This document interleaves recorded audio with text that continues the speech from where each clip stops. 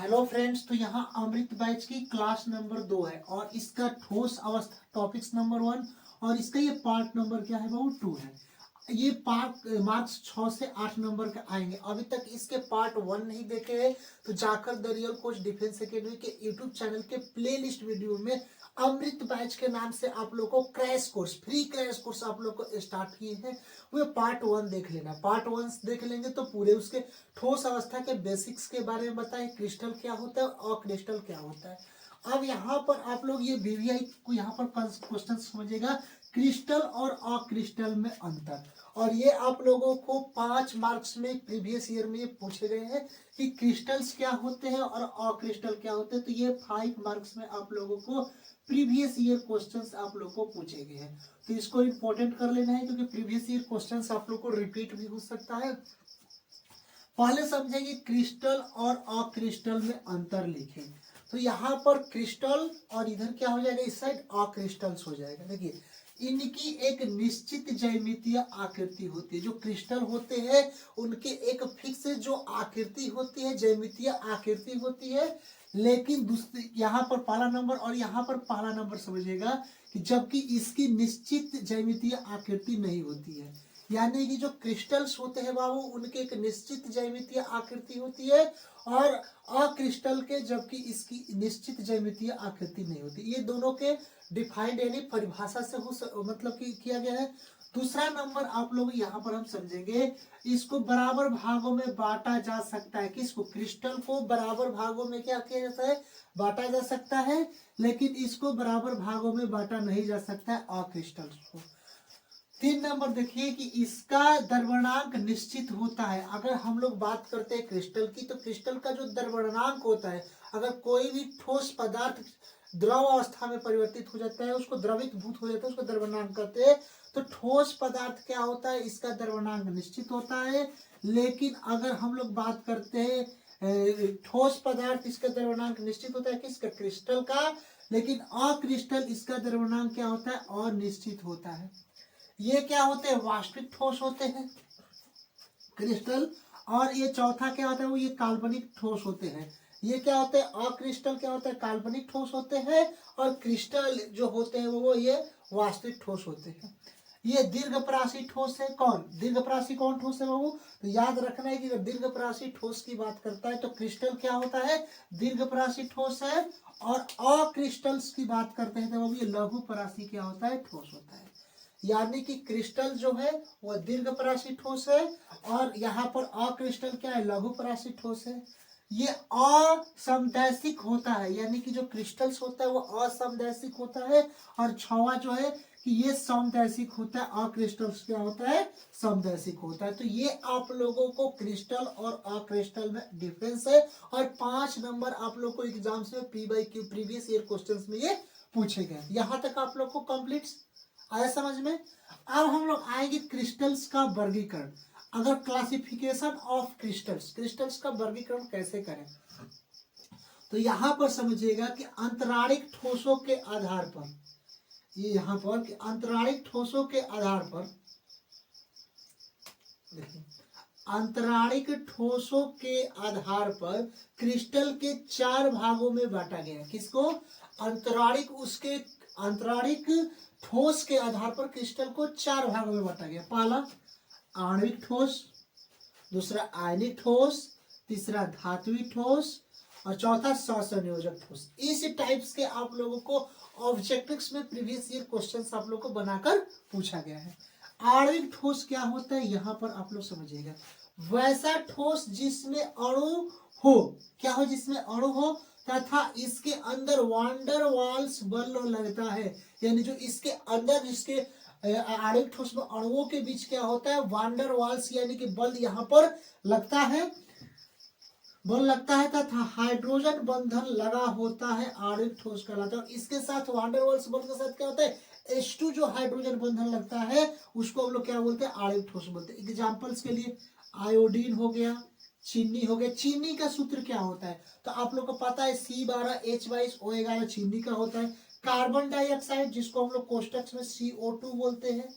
बर्फ है, PCl5 को क्या बोलते हैं, फास्फोरस। देखिए फास्फोरस Cl5 यानी pentachloride, PCl5 phosphorus pentachloride, H2O जल, और जल के अणु SO2 सल्फर डाइऑक्साइड जिसको बोला जाता है, H2 hydrogen, Cl2 chlorine, NH3 ammonia. इस टाइप्स के जो होते हैं वो आणविक ठोस कहलाते हैं। क्वेश्चंस में आ जाएगा NH3 है एक सहसंयोजित ठोस है, सहसंयोजित ठोस है, धात्विक ठोस है, आयनिक ठोस है। तो याद रखना NH3 क्या है, अमोनिया, PCl5 हो गया, H2 हो गया, Cl2 हो गया, SO2 हो गया, चीनी हो गया, आयोडीन हो गया, कार्बन डाइऑक्साइड हो गया, जल के अणु हो गया, ये सब क्या होते हैं, आणविक ठोस होते हैं। अब इसके दूसरे नंबर पर हम लोग चलेंगे आयनिक ठोस के, कि आयनिक ठोस, तो आयनिक ठोस, सहसंयोजित ठोस और धात्विक ठोस के बारे में इसके आगे अभी हम जस्ट आप लोग को हम बता रहे हैं।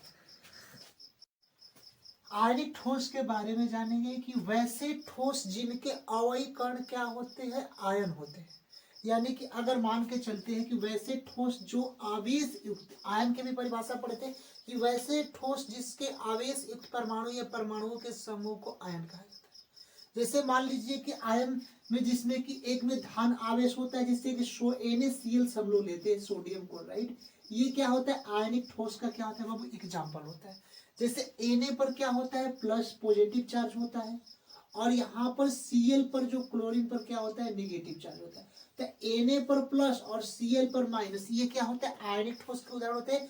कि वैसे ठोस जिसके अवयवी कण आयन, अवयवी कण क्या होते हैं, आयन होते हैं, आयनिक ठोस कहलाते हैं। अब यहाँ पर हम लोग बात करते हैं जिसके आवेश युक्त, यानी कि आवेश क्या होता है, आवेश युक्त यानी एक पर पॉजिटिव चार्ज और दूसरे पर निगेटिव चार्ज, यानी कि धन आवेश और ऋण आवेश से मिलकर जो यौगिक बनते हैं उसको हम लोग क्या बोलते हैं, आयनिक ठोस बोलते हैं। अब इसमें हम लोग आते हैं कि जो आयनिक ठोस होता है वो प्रबल आयनिक बंधन बल द्वारा क्या होता है, बंधा होता है।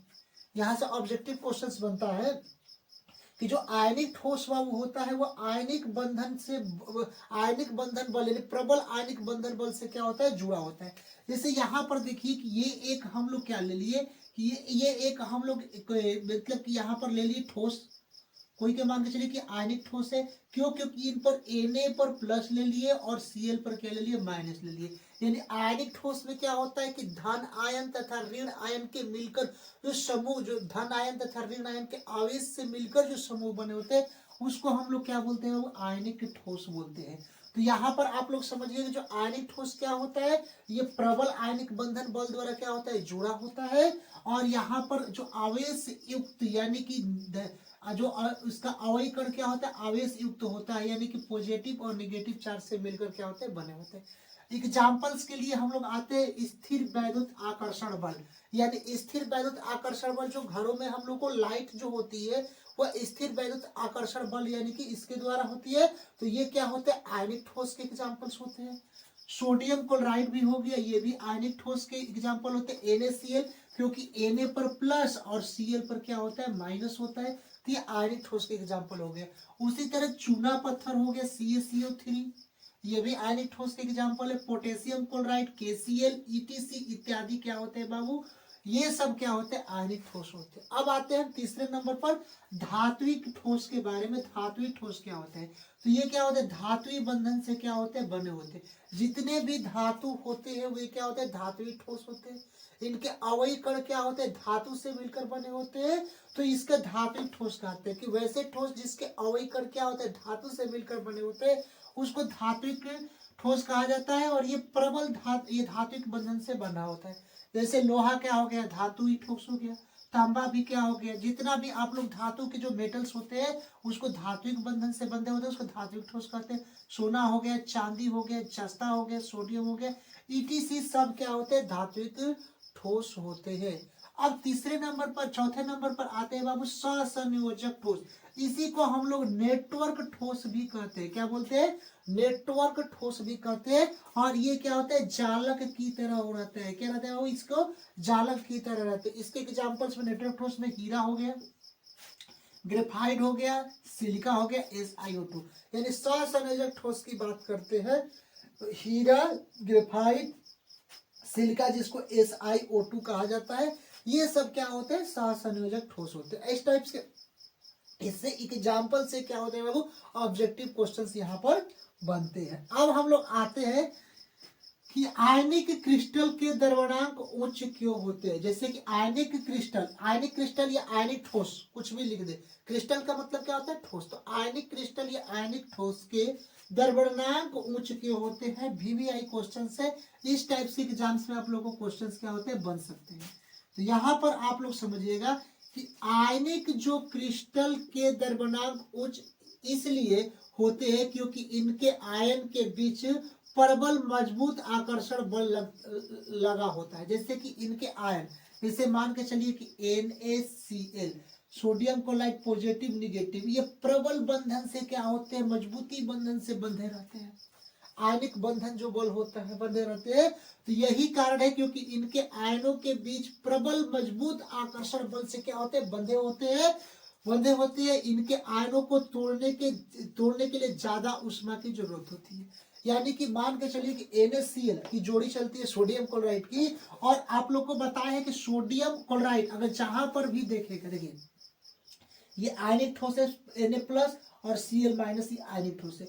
अब यहां पर समझिएगा कि Na+ की जोड़ी इतनी गहरी है कि इसको मारते मारते हम लोग मर जाएंगे, लेकिन ये आपस में टूटेगा जल्दी नहीं। इसके लिए बहुत ही हम लोग को हीट देना पड़ेगा, उष्मा देंगे, या इसको बहुत ही हम लोग क्या काम करेंगे, हीट देंगे, तब जाकर ये बहुत थोड़ा सा मात्रा में टूटेगा। तो ये आयनिक ठोस क्या होता है, आयनिक बंधन, मजबूत आयनिक बंधन से क्या होते हैं, बंधे होते हैं।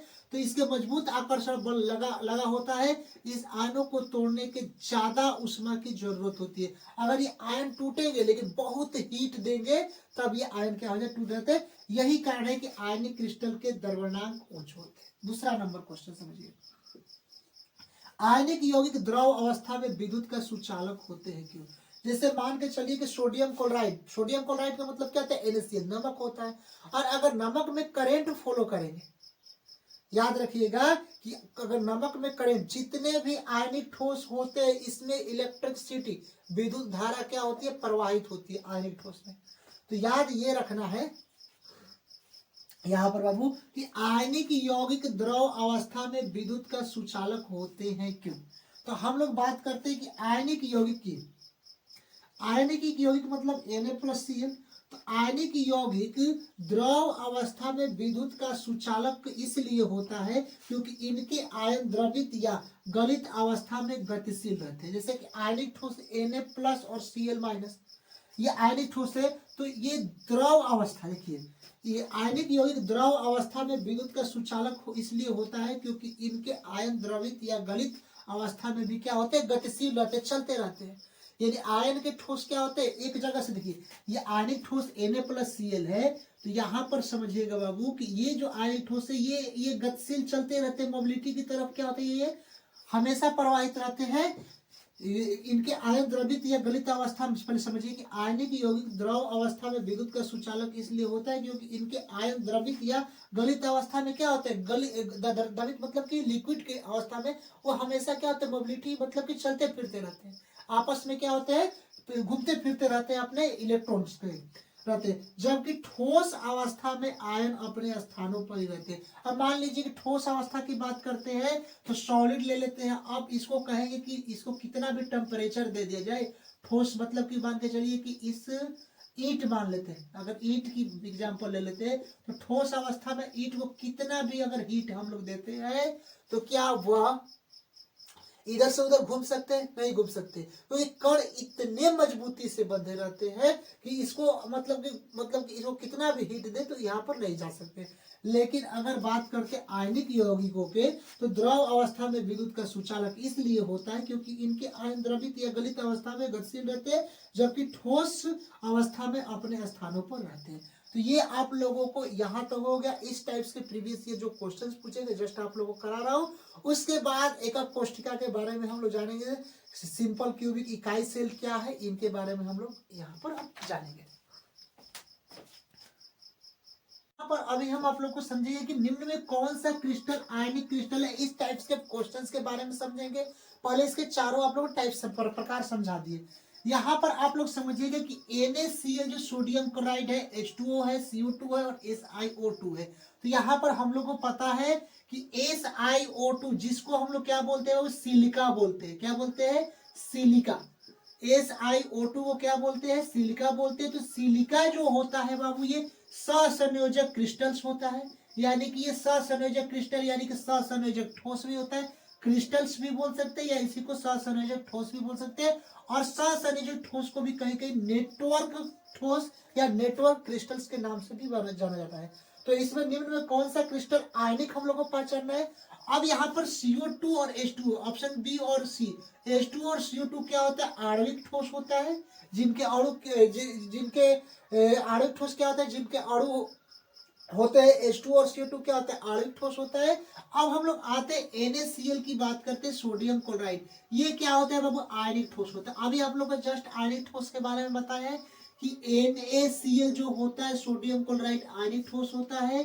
क्यों, क्योंकि Na पर प्लस और Cl पर माइनस, यानी कि जहां पर धन आवेश तथा ऋण आवेश मिलकर बने समूह को क्या बोलते हैं, आयन बोलते हैं। तो यहाँ पर आयनिक यानी यहाँ पर क्या हो जाएगा, आयनिक ठोस। ऑप्शन ए वाला क्या हो जाएगा, राइट होकर चल जाएंगे। अब यहाँ पर समझेंगे धात्विक ठोस में बंधन किस प्रकार का होता है। अभी आप लोग को बताएं धात्विक ठोस में कोवैलेंट नहीं होता है, विद्युत स्थैतिक्स भी नहीं होता है, वांडर वाल्स भी नहीं होता है। धात्विक ठोस पर क्या होता है, बल, धात्विक बल यहाँ पर मजबूती के साथ यहाँ पर बंधे होते हैं। अब कमेंट बॉक्स में आप लोग के आंसर देना है, दो धात्विक ठोस के एग्जांपल्स आप लोग को देना है। अब इसके ये पार्ट 2 कंप्लीट हो गया। पार्ट 3 में आप लोगों को हम चलेंगे एकक कोष्ठिका क्या है, इसके यूनिट सेल्स क्या है, क्यूबिक सेल्स क्या है, पूरा यहाँ पर कंप्लीट करा देंगे। मिलते हैं नेक्स्ट वीडियो के लिए, तब तक के लिए जय हिंद स्टूडेंट्स।